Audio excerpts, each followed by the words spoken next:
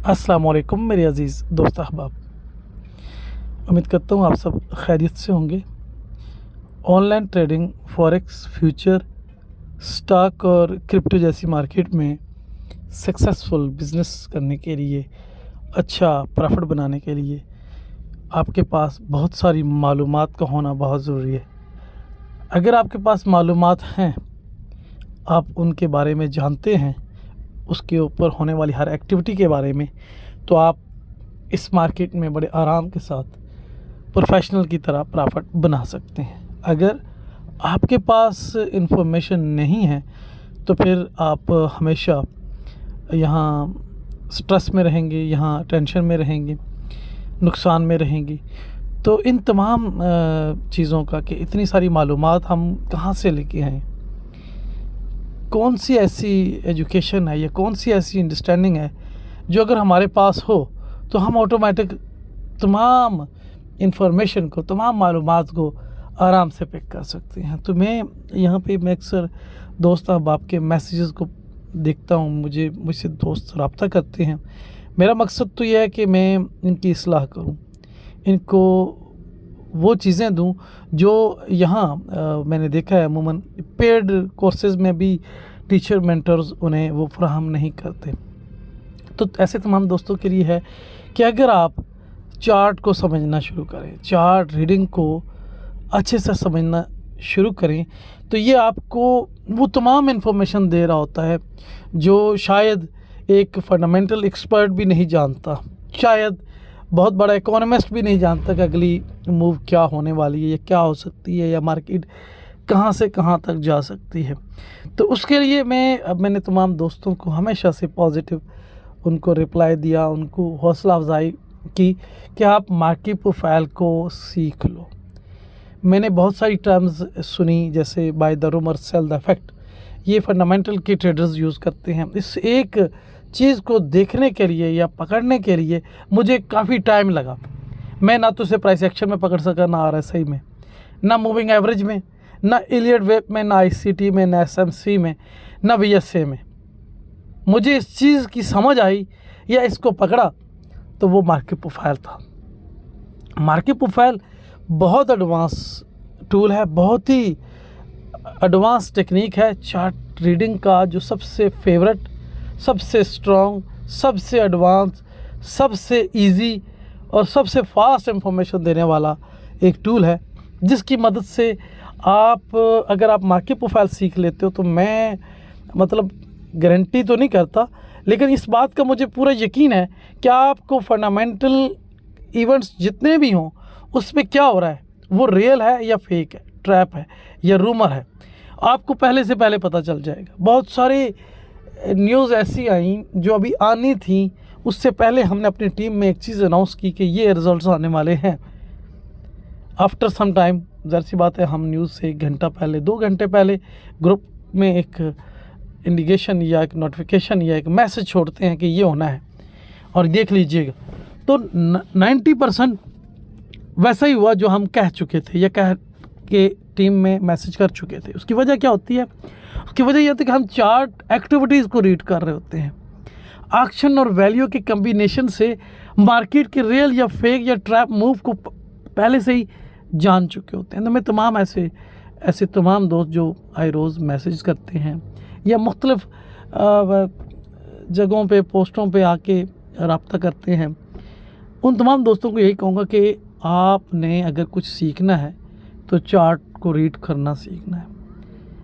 News आएगी तो chart बताएगा, कितने मूव होगी वो चार्ट बताएगा, न्यूज़ नहीं बताती।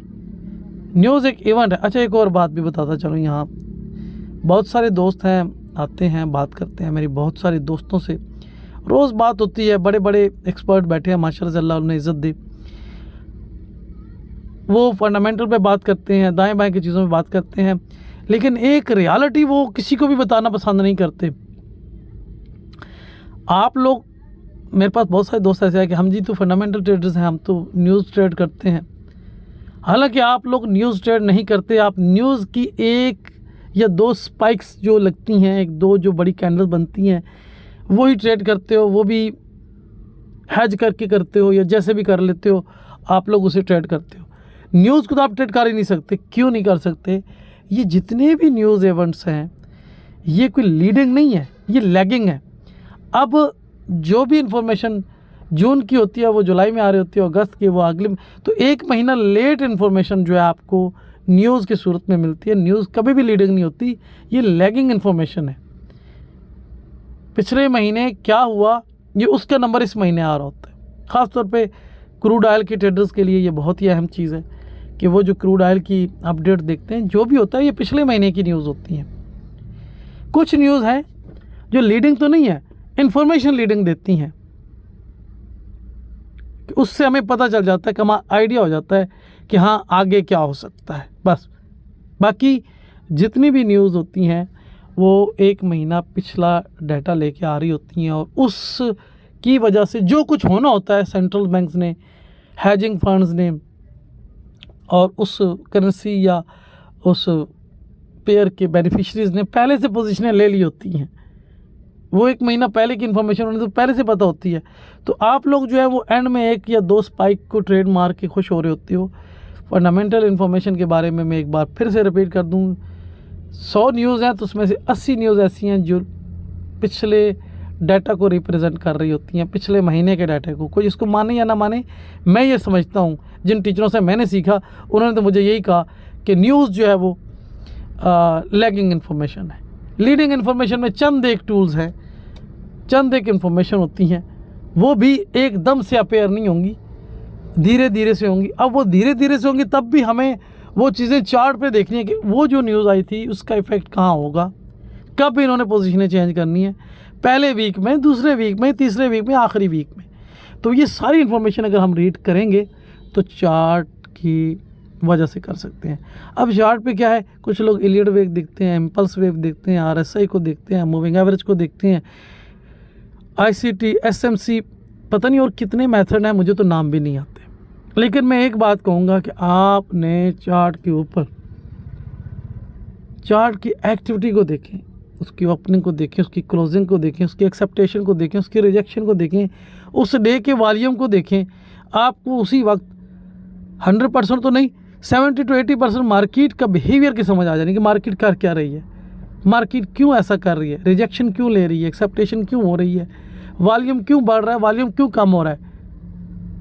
ये वो चीज़ें हैं जो आपको पहले से पहले बहुत ज़्यादा इन्फॉर्मेशन दे सकती हैं। आप अपने कोई भी मेथड आप उस पर काम करो, लेकिन कुछ दिन आप ये जो मैं अभी आप कह रहा हूँ एक्सेप्टेशन, रिजेक्शन, उसका वॉल्यूम आप काउंट करते जाओ। एक्सेप्टेशन है, वॉल्यूम बढ़ रहा है, कुछ नया होने वाला है। एक्सेप्टेशन है, वॉल्यूम कम हो रहा है, कुछ नया होने वाला है। क्या होगा, आप लिखते जाएं, आप रिज़ल्ट देखिएगा, बहुत सारी जगहों पे आपके रिज़ल्ट वैसे ही हैं जैसा आपने माइंड में या आपने जो सेट किया। तो आप दोस्तों से गुजारिश है कि आप बेहतर स्किल्स की तरफ आएँ, बेहतर अंडरस्टैंडिंग की तरफ आएँ, एडवांस अप्रोच की तरफ आएँ, जो आपको डे ओपनिंग से डे क्लोजिंग तक जो आपके स्टॉक है तो 13 TPOs हैं, क्रिप्टो है तो 48 TPOs हैं, फॉरेक्स है तो 46 TPOs हैं। तो वो जो 46 TPOs कैंडल्स या बार्स हैं, प्रॉफिट लॉस इसी में है।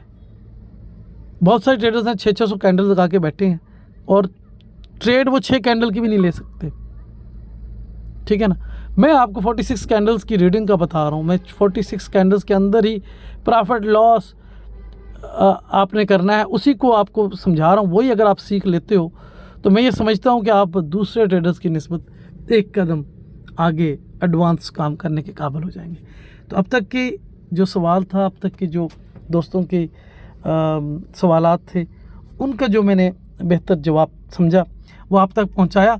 इस तरह का सिलसिला हम जारी रखेंगे। आप आने वाले दिनों में आपके कमेंट्स से हमें पता चलेगा कि आपको किस बारे में मालूमात चाहिए, हम इसमें और भी बेहतरी लाएंगे। तब तक के लिए इजाज़त, अल्लाह हाफ़िज़।